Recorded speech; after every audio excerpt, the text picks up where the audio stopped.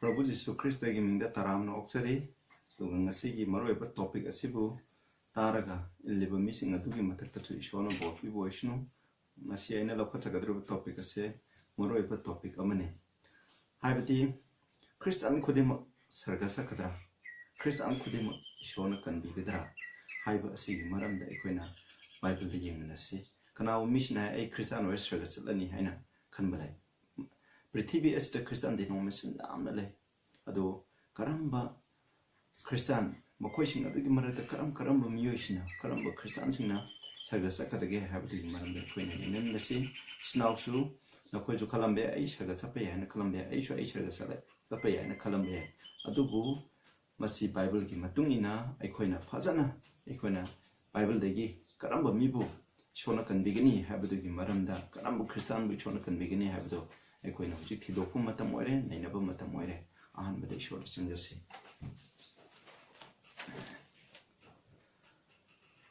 sargada leiba yamna nungsi chawba thawjan naiba ipa Ishwar nahaki thawjandagi ngasigi yaifaraba phumpham asida ipa papselabana naina karamba Christian khanglopu nahangna kanbigadagi habsigi maramda ipa nainagadawri aina ngambu kudimu hana ngambu henbiu nahaki thawaina chingbidu ngambu henbiu taakadabu pung kudingdasu nahaki thawaina mapanaida bopo pinabiu masigi asumba je panna thidom inaraga asumba adugi matuni satuna aikoi chu nahaki nthole bagda chappa nupa nupi Christiana mum haibido oiba ngamanbiu Prabhu Jisu Christ gi minu khundari amen koina masi Matthew 7 gi 21 22 23 da maroina egi sermon se based obni haribal masigi text ahum ase masibo ina Bible degi compare tawraga masigi maramda fadana explain tawjabni chamchamba mongda do koina hujik masi yengminase e ahamba text bajarake Matthew 7 21 Prabhu Jisu Christana habne Not everyone that said to me Lord Lord shall enter into the kingdom of God but he that doeth the will of my Father which is in heaven verse 21 da ai 22 jonum bajarake adu verse 21 da hana lekhise Prabhu Jisu Christana hai ai ngonda Prabhu enko Lord Ishwar kauba mipum kudimuna sarga sakadab nate masigi text maroina kanada haibanu haibda khoi Christian isnausinda ai Prabhu Jisu Christa thajare ai Prabhu Jisu Christa gi batung inbani haina leiriba mipum kudimma do sarga sakadab nate adu karamba mina sarga sakana haiba Ishwar gi sargada leiba ipa Ishwar gi mahaki aningba tawba makoi aduna Ishwar gi ningthole bakta sakani haiba chinosa adu di akoina sidai khange ai Christian oirgasu ai Ishwar gi aning batawbra tawdabra haibse akoina khangdok dai Ishwar gi aning haibse karino haibse akoina mu fazana akoina yengba dai Prabhu Jisu Christana John 4 gi 34 da Samaritan nupi amaduda kaidoge haiba matanda mana Samaritan nupi adugi manakta sangaga mana wari saba matanda magi seboksingna chaningai sindak leiru halakpa matanda oja khoi chana ba pore sarase adu matanda mana haikipo wahi amale man sunai my meat is to do the will of him that sent me ham aigi chinjakti karino aibu thara iba mahaki aningba tawbado aigi sidane aduna mana well aduda kaitoge mai aning bhaibse keno nupi adubu Samaritan da leiba mising adubu mahana kanbiba pamle adugi damang ma ka wari sanabado ya interest leirame chaba thakpado adugi wangmada aduga mu khoina John 5:30 da mu yengna se John 5:30 da sumna Prabhu Jisu Christana hai ai pajarake I can of myself do nothing ai samana Kristo wungumde as I hear aina taba I just aina wildly my judgment is just a when they assumbani because I sin on my own will ai sai aningba thide aningba ki mating na way naba tawde but the will of the Father which hath sent me ipagi animdo ebu thadakpa ipagi animdo aina tawi habsnis no chama sidegi khon khang Prabhu Jisu Christa gi punsi akhoi Ishwar gi aningba tawba habse karino Prabhu Jisu Christa gi punsi magi lamcha sajat man salamba ni ti niom chapado adu akhoi Prabhu Jisu Christa gi Ishwar gi pa Ishwar gi aningba tawba haina akhoi khangnai ganeba aduna khona Prabhu Jisu Christ gi life matung ilagati khona Ishor gi aning batawe madu gi maram da khona mu yengse aduga Ishor gi aning se karino haibda khona amuk John 6 ki 30 38 39 40 mu pamina se For I came down from heaven not to do mine own will, but the will of him that sent me. Aina sargadagi lakpase, ay isagi aningba tawba lakpanate, ipa ay buthabirak pa mahak atuki aningba tawba lakpani, ipa ishogi aningba tawba lakpani hai sida. 39. This is the Father which wills which he had sent me, ay butharak pa mahaki aningba de masini, that of all which he had given me, I should lose nothing. I want the baby crab me kudimakto. I na kaidong the manhalway, manghandaba, norok the sapahado pande. The bird should raise it up again at the last day. Aroiba matanda, Mawa Mona in Kalan Bibse, Pay and Mani Habidi, Ipan and Zikano, Proposition. Ipa, proposition the Ipa is on a Sinaki Kudamoto, Miam, the Tapiraga, Mon the baby crab, Maggie Matung in the Kudamoto. Loina makan biraga man anishuba lafum tanda hinkalan baido maki aningmani have say Mr. Make singing ado verse 40 dong yang say and this is the will of him that sent me aibu tharako maki aningbado sini heko sina first condition is now sa khoi khangadaba khoi na sarga san ngai gi dama Christian Karamba Christian Ishor bu kan biningai gi Ishor gi aningbato bu Christian have do kana no have do sida verse 40 da haire everyone which see the Son Masanupa Prabhu Jisu Christ uba makai uriba mipum kodimak and believe on him among the Tazariba may have everlasting life. Man lumana idaba punsi pangani and I will raise him up at the last. Arwebda man anishuba muk lakpa matanda ina mahu kalan bikini hai. Masida have se karino hai kanda ikone ipa ishorgi aning batawba have se masigi ahanba ishorgi aning batawba have se karino have the Prabhu Jisu Christ bu ekoina uba uraga mangonda thajariba mi ado ipa ishogi animba toba mini mahakado aran ko pangani hai basida haibse ekoina Prabhu Jisu Christ uba haibde kano Prabhu Jisu Christ bu khang bhai hojin matam da koi Prabhu Jisu Christ kamai uni Bible paraga ma ki maramda ekoina nainaraga ma kanano karino haibde ki maramda ma khangaga khangba dubune aduga anishubuda kari khoin thajaba Prabhu Jisu Christ Patana Kangaga, a coin Tazapa Tarakati, a coy Arankubam Pangani, Adugum Christian Ado, Prabhu Jisu Christ Maram Patana Tidoga Kangba, Aduga Mabu Tazaduna, Sadiba mi Ado, Shori and Matoeva, Hideva Christian Ado, Ishworna, kanbigadra, Masina Ani, Masina Sugoidris Nausa, Masi Equina, Bible Legi Heavenly. Aduna Mokoina, a young say, Equina Shori and Masi Mokoina 2 Peter 3. 9 da ai padi paro en chumle Ishworna wasakiba ase Ishworna wasakiba mahana ani shoba lakne Ishworna wasakiba je khoina thindaba nate ado mahana thindadipse karigino haibda ai khoi mipum kuding makpu pungning honglaga kanbiba pam mipum kuding mak norok ta chapa Christian kuding mak norok ta chapa je pamde Christian kuding mak kedaba puning honglaga ai khoina sarga ta chapa haibse Ishworgi aning apamani snapsa aduna ai khoina Prabhu Jisu Christ bu khangba haibase akoina yamna maru oi khona mathangi point da amu yengse aduna anba point da akoina ishobu Prabhu Jisu Christ bu khangba aduga mabu thajaba haibase masina asiguma Christian khaktani ishona hayeng sarga da pubi ga dobse mathangda amu verse 22 da amu yemina se ai pajara ke masi ju maru oi 7 gi 22 Matthew 7 gi 22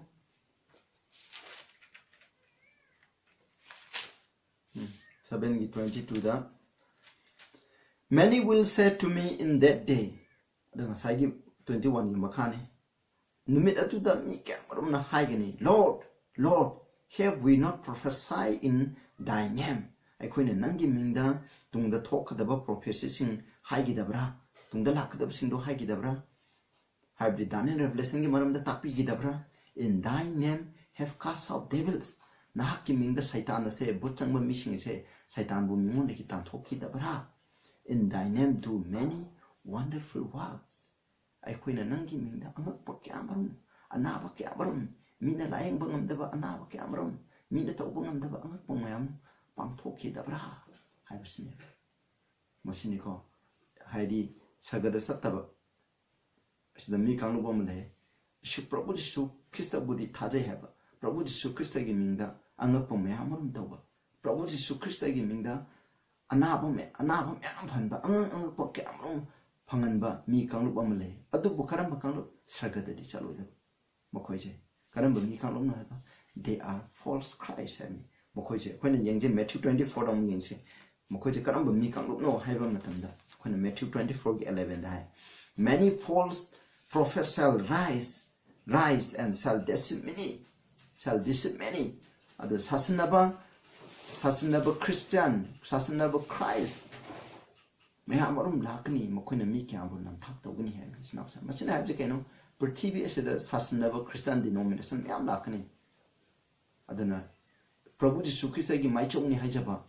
adubu lana tapiba mi bu nam thak toba adugumba mi Christian kanglu kyamarum prithvi asida lakni hai uchi yana le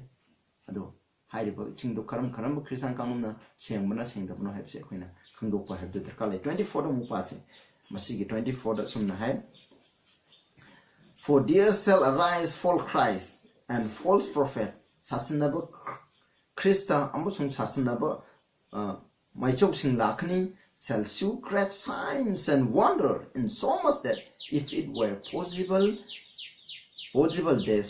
they shall deceive the very elect aduna Prabhu Jisu Krista gi min Prabhu Krista bu sajanaba amusung magi maichok sing sajanaba mi kyamrum lakani makhoina angakpa kyamrum pangthokani haidiba angakpa asigi mapana kedoba ishogi dama khandokraba haibni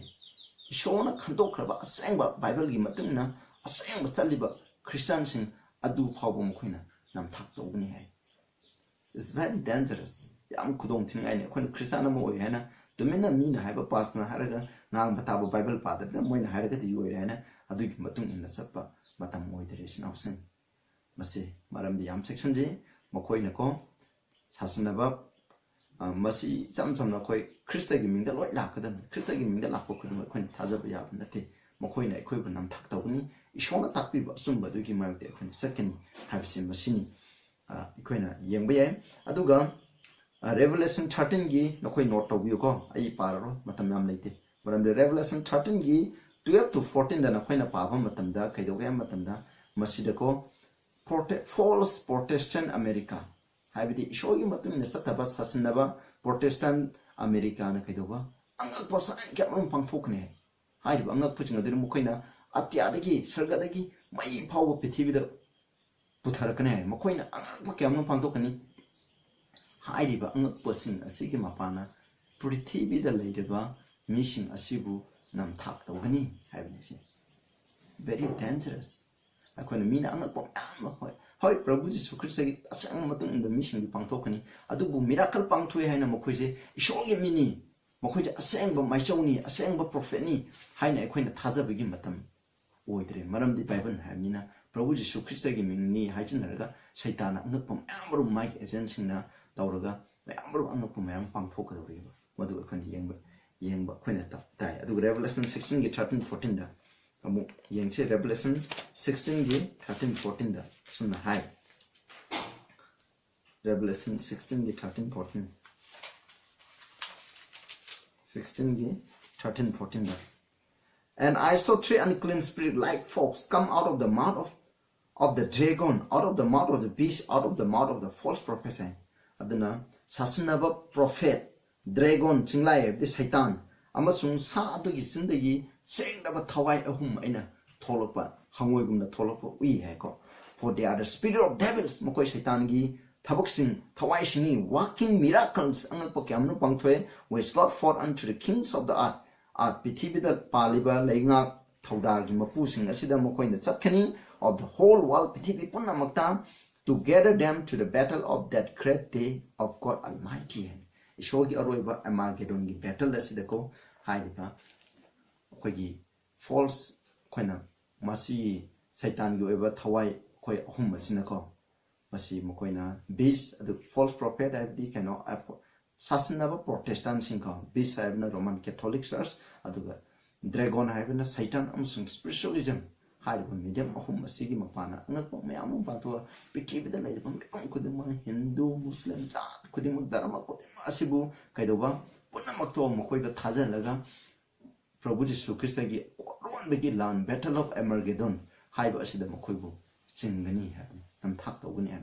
aduna sinausa is very dangerous to believe every prophet aduna false prophet kudima khoina angak pang thok pami pung kudima che ai khoina hojik am tawri Manipur da jo pitim phung de healing tawra anaba phali ni na am tawri amade vision ure ga do tawri ge am hai koi kamaina khangani masigi maramda ina noma phata pasamona masamake nasigi di matugi matang da nate aduna ai khoina sumaina yengadamni aduka 1 John 4:1 da hai sida bilap nungsibasa believe not every false prophet believe not every spirit thawai khuding mak thaja ganu hai sida pajara ke 1 John 4:1 da believe not every spirit thawai khuding thaja ganu but try the spirit whether they are God mukoi shodagi lakwa thawai ra habse mukoi chang to because marandi many false prophets are gone out into the world ptv da prophet sasanaba mai chok kemam sakre habsine aduna thawai khuding ai khoina thajaganu habse masida haini adu mukoi do saying to shodagi ra saitandagi ra lakwa habse khoi kamaina saying to guni habse khoina yam maru oi khoina saying to gudab se mukoi je kamaina saying to guni hamda John 7:17 da sunai sida hai John 7 aduga masi padring da 1 Thessalonians 5:20-21 hai sida hai ko despise not professing ekoi da prophecy takpi de mising silakani hai ba mising do adu butuku sabat tawgunu prove all things adu moi punamuk to saying to hold fast that which is good apabdo chena pai u hem aduna Bible na habse kaino mi vision ore mana si haire na connecta ya ka to gunati adu khon saying to guni kamaina how will test them makoi je aseng ba ishodagi lapuni ishodagi laktam na je khon kamaina khangane John 7:17 dai if any man will do his will aigo kana gumna khon ishogi ani anglapti he shall know of the doctrine khoi shogi doctrine adu khangani ade ai isha whether I speak of myself whether it is from God or I speak of myself aduna na koina ishogi aning bodo tawraba adoi tadi aina mi amana takpi riba doctrine je masi Bible degi ni natraga ishor degi ni masina traga saitan degi ni lakpani habse koina khangbu ngamgne aduna ishogi aning ba masi dai je ishogi aning ba habse karino haba mutun koina Bible ni ko amoronda Bible gi matung ne koina test tawgodabni habse masina habni ado aija IK20 dai masini koina test tawgodabje to the law and testimony ko shogi wan ja thangsing aduga shogi sakising haidi maichok sing ikeba lairing professing ko asigi matungina makoi ngang da to the law and testimony if they speak not according to this one it is because there is no light in them aduna makoi ngang to achumba ha de leite kana gum mimna ai maichoni ai shogi wa handopamini ai vision ubamini ai anaba phanbamini haina laglaga su akoina kamaina saying tawgani haba matanda shogi Bible na saying tawgani shogi athang tarana saying tawgani mase Bible ki mana haibu kuding Bible degi oibra oidabra akoina yengani do Bible degi oiraba shogi athang tana adugi matungina ngangaba haibang tawriba vision uriba ngangliba mi do shogi athang ngakra Prabhu Jisu Krishna thajabra including the Sabbath commandment haibse shogi Sabbath asisu seng nga ibra haibu adugi matungina yathang tana haibse masigi matung ina ma satpara aduga kona Matthew 7 ji da noin paragdu ye shall know them by their fruit them mokoi na tawthoriba adu mokoi gi lamsa sa da ishogi musibu pura mokoi pa tawbra tawdabra haibu adugi matungina ko yengane ishogi da mana phanmini haraga mana ishogi atham khongam ga leiraga di ma ishogi asem manate saitan bini haibse ko si khangadamni adu ni chinau chawji yam maru ina hijaning badi ishogi Bible pa ba se amna akoina padana naina ba text ama khangna tana masi padana paraga padana khangtokpa ishogi aning basi karino habse padana paraga akoina khangtoga Prabhu Jisu Krishna wona thajaraga mai gi matungina akoina satpa taragadi punna mak haiba nam thak khudeng asidagi akoina nan thopung nguni adubu if you depend on the pastor mi sinangang ba aduga lusingba sinangang ba adukoi gi pastor sinangang ba church ta ngang ba mokoi ngam do khak taraga akoina adum hoi hoi haina satpa Bible de sumpa pa da ba moi ngam je Bible matung ngam ra ngang da ra haina khoni yeng do na lai ba even though you are a Christian even though I am a Christian I will lose eternal life ai lom da na da ba pun che mangni have this never aduna miracle pangthok Christian khudima na saga sakhan have leite mokhon pangthoi do aseng ba ishor gi achum bai matung ni sapra satabra have do masine ba verse 23 dam chala se Matthew 7:23 sida then sida ko then I will profess unto them man have ni verse 22 da higre aina na khoi gi minda ngak ko pangthok ki dara adu pangthok khra su kari gi da ma khoi bu kandabno have ni adu mutanda Prabhu Jesus Christ na then will I profess unto them aina ma khoi da haigni I never knew you aina na khoi bu kaidong nung da khangide depart from me engon gi sathokro ye that walk iniquity pap to bana khoi engon gi sathokro aduni sinaw sa sida ekoina sagada sakada Christian sing dikana ahambada Prabhu Jesus Christ bu khangba Prabhu Jesus Christ bu thajaba adugumba Christian aduna sakani ani shubu point da khoina anga ko am tor vision am urena mo khoi chakada banate makhoi do ishor gi matung ina Bible gi matung ina asum gi matung ina tawbra makhoi do asengba ishor gi matung ina satpa missing la have the Bible gi matung ina ngang libra tawribra adugumba missing do oi targadi makhoi ko khoina thajabe aduna tab missing aduna have do adu thaja ne oide aina tawrena ai sakada banate Sinausa adumba ngak pang thok mission dun saka saka da bunate ishor gi animgi ishor gi athang in the mission adu dosida aduguma mission adu da haigin he ko na khoi sa thokro aina na khoi bu kaidong da khangde hem khoi na saga saka da bu khisan chine ke do ba ishor na khangbi ba Christian khatang saga saka ne ba sida aina khoi bu khangde ishor na khangda ba Christian any denomination any Christian any person ai Christian we ha ko ishor na ai khangbi dra ba I will never go to heaven I get on the circus aloe. Nang su Christian Harga, Ishona Nang Kambi, but Christian Oidraba, Adu Nang circus aloe. Adu home so point that walk iniquity, Adu part over Chrisando, Gaidon the circus aloe has me. When Shobu Kangba have said, Carino have said, Massing, one of the che, Quena, Shogan but a wife say Shobu Kangmani, someone inside one single. When a provision so Christian Tazaba, Aduga, Mabu Kangba, Shobu Kangba have said, Massey, Gaidoni have a matam. Ishor gi aning batawni masi yangche John 17:3 hai and this is eternal life that they might know the only true God and Jesus Christ whom thou hast sent ipa ishobu aduga maabu aduga Prabhu Jesus Christ bu tharai ba ipa ishor Prabhu Jesus Christ bu ipa ishagagi ipa ishor Prabhu Jesus Christ bu khangba habse aram khubamni sumna kone Christian khang Prabhu Jesus Christ gi mingtare pai so gi mingtare na Bible legi sikhange na adugumba do nate khangba habsi gi arthaje karino habsi akhoina mu Bible legi yemna se first Corinthians 8:3 dai ko very important point agi samon je yam sambane adubu basi am phajaba samon amane yengse first Corinthians 8:3 dai but if any man love God the same is none of him Kana gumbana ishobu nungsiragadi ishona mahakbu khangbi hai chinausa aikona sargasa ke pa Christian we gai ta di ke doba nangna ishobu su ai nang ai ne ishobu su khangadabani aduga ishona nang ai busu khangbi gadam ai Christian harga ai ishobu khangbatai adubu ai Christian we di ai se ishona khangbi bra habdu yam da khale ishona khangbi gai ta di ke doni Ishona Kambi Christian Canano, Ishobu Shiba Christian Singado, Ishobu Kambiba. Nangaina Ishobu Kamba Targadi, a coin Ishobu Shigan. Duna Ishona equivalent to Kambigini have say Masiam. John 4 7 I didn't John 4 7 I. Very important. John 4 7 I. Beloved, Musibasan, let us not love one another. Let us love one another. For love is of God. Everyone that love is born of God and knoweth God. Everyone that love nungsiba haidibado ishobu nungsiba mibu nungsiba haidiba mahdo ishoregi pokuni mahana ishobu khangi hai sida sabenda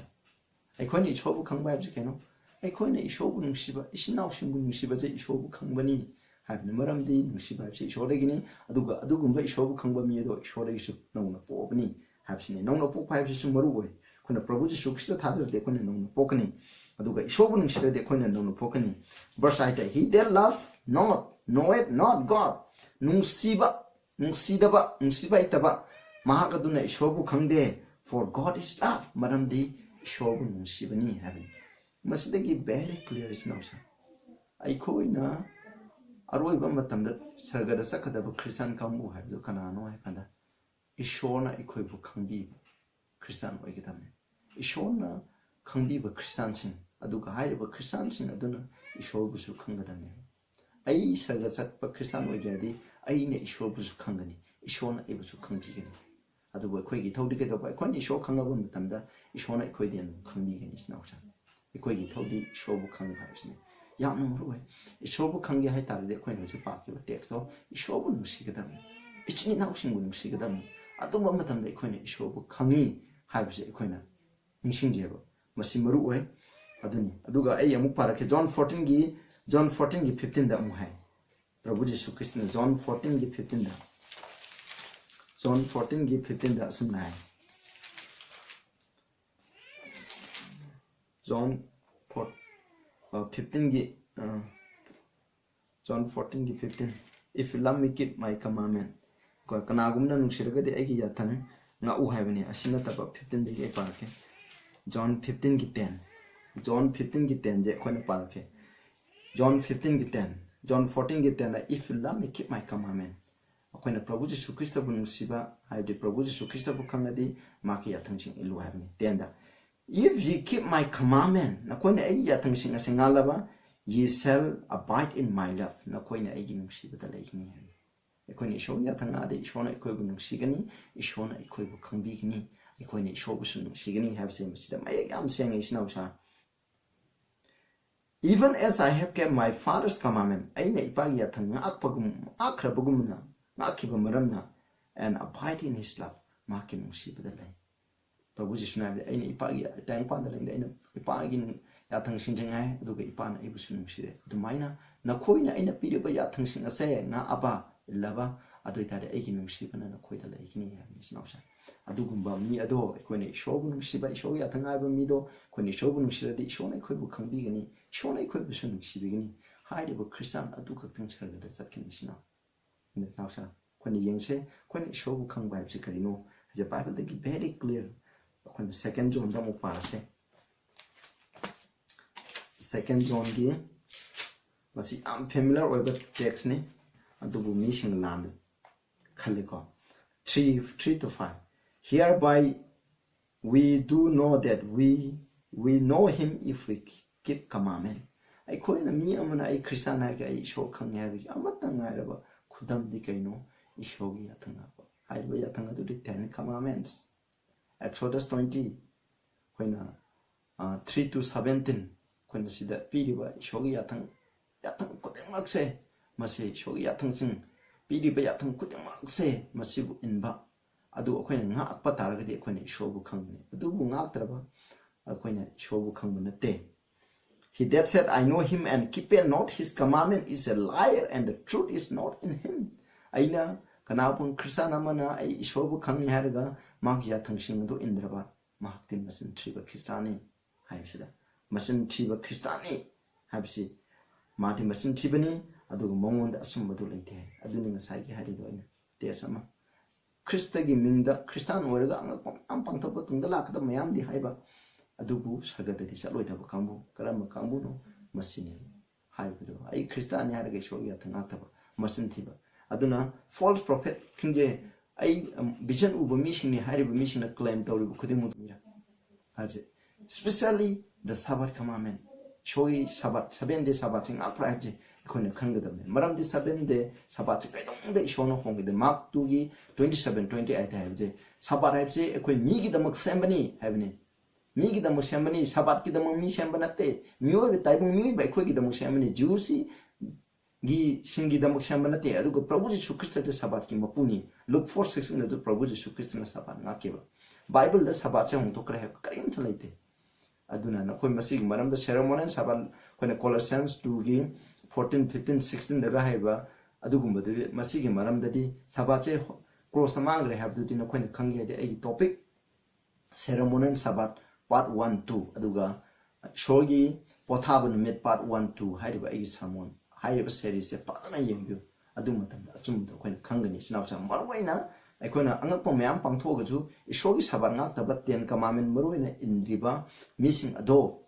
false Christ ni aduguma missing ado ishor khangi harga ju Christian harga aduguma missing ado 사스나버 크리스찬 denomination 하이버 크리스찬 강부신도 하여 뭐 거의 미가 털고 맞던다 노력다 내는 거니 신학수 나학수 아이기 삼모나 셉다리브 나학수 안dom수 아두뭐 미싱 아두기 만는다 오히려 그디 하우직 티도 오고 맞담 오히려 아이는 안고서 일로 하면데 바이블ꯗꯒꯤ 빠거든 whole 바이블 티거든 사바키 말음도 야탕기 말음도 하이죠 분명하게 저희는 whole 바이블 저희는 스터디 도거든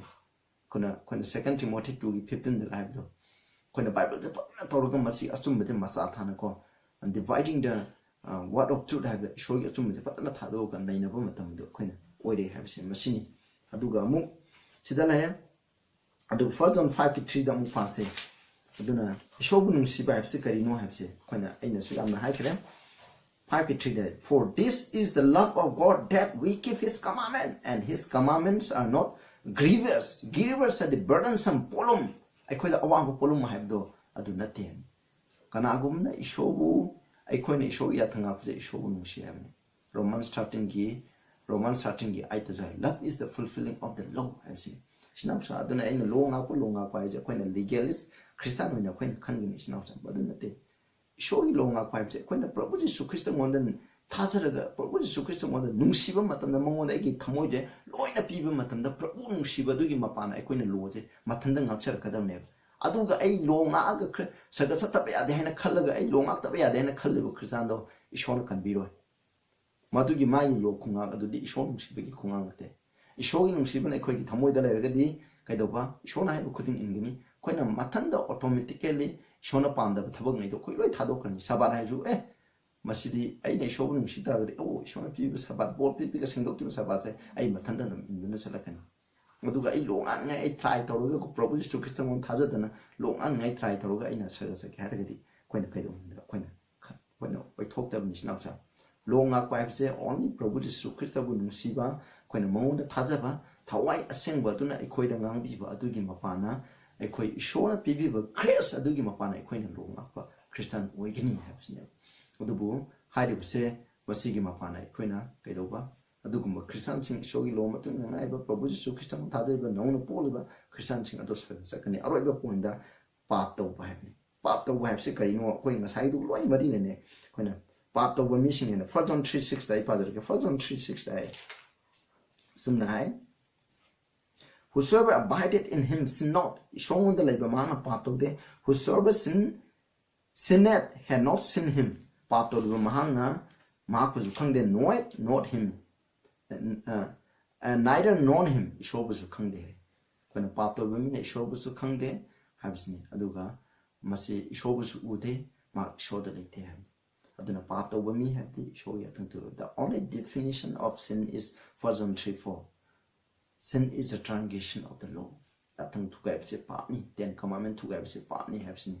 Aduna paap tawliba missing ay Christian haraga Prabhu Jisu Christian wanda thazai haraga su kaidoba ishogi animba matungna tawdoba ishogi yathangsing ase Prabhu Jisu Christian mapong phana sarenda tawga tawdoba aduguma Christian oiba taragti akhoi kidoba sargata salo isinawsa adubu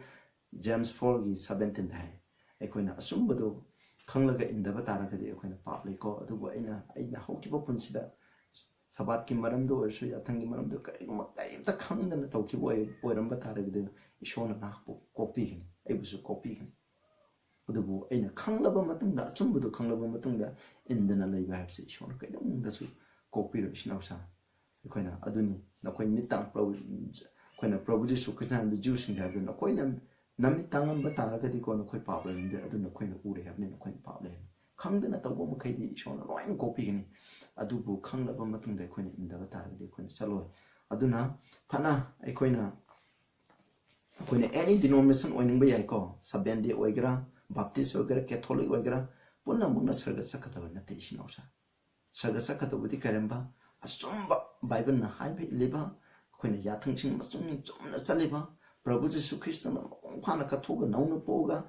Ishorgi Taujangi Mapan, Ishogi Atam Kaise, Nakton Saliba, Pro Christian Mokai Ado, Mokoina Saga the Sakani, Hypsin Snauta, Masida Dinom Sing Canablate, Bible Zumba to the Lacademy. When Zumba hype to the Queen, Kangadam, Shogi Atang to the Queen Academy, but to the Patana Kangadam, at the Bokoi Shai Panganadi, Hypsin Apongamoy, Ponam Prabuji Christian I quit the lady, but doing Mapan, Nakani, Haiba, Adugumba Christian Sing, Hai Adune Shogi and Batory. Shogi and Batory, but couldn't Aduna, Saga the second. Adugumba Christian Sing Aduna, Saga the second Hypsin, Snausa, Aduna, Aidangang, the Salmon say, Biblican Oibra with the Bible, no Queen Testo. No Queen of Power, Paragon, no Queen and Never, no Quishu, or somebody pattern in Lagasat Gehan, Hein Lepra, Lepatarity shown a quick matter to join the board people again. Aducatido, no Queen, and a coming by the Queen Kanjico. It's a Chumba Christian, I would say, must be showing Matun Saliba, Yatam, Matun Saliba, or coaching at the circus for awakening. None I should do bussing a document in the young interpreter. I give someone as you Tariba, Dom to hide about some say. Kimatun and Aksat Canberra. Canberra, and Akitamo Patnato, shown an Akuzubo devotion. Jagadalevi Paishoyam Tagasare, Nasigi, Umpire Umpomacida, Karamba Christian, Shagata Sakataki, doing Marandan in a crepa. I coin a Kangi, Paishona, and Bakatan Toba. Adu Nahapu Kangba, Nahapun Shiba, hype the Naki attention, say, Pa, Yatang Tarase. Proposition Christa Bunang Shibagi Mapana, Mahana Pibi, but Tojangi Mapana, Mahagna, I could be Sakti Mapana. I could get Punchina, I could put him on the Katok Shabagi Mapana. High bay liba, Christian sing a dog than a circle the second hand. Panahana Tapiri, Sigitamo Tagasare. If I could hockey up Punzi, the Toki Baramba Gayos up in a sick one in the Sidagipa, a Dugumba, Nahanga, high imba, Nakimatum in the Satpa, a Dugumba Christian I do women be ba, Punamon Nakimapana Punamusi. I'm Bioduga, someone as Sibutaragipa, Duga decision Lauriba, Nupanapi, Makoik Matakasana, board Bibiduna, Adugma Chrisana Madu, Proposition Christa in the Commissary.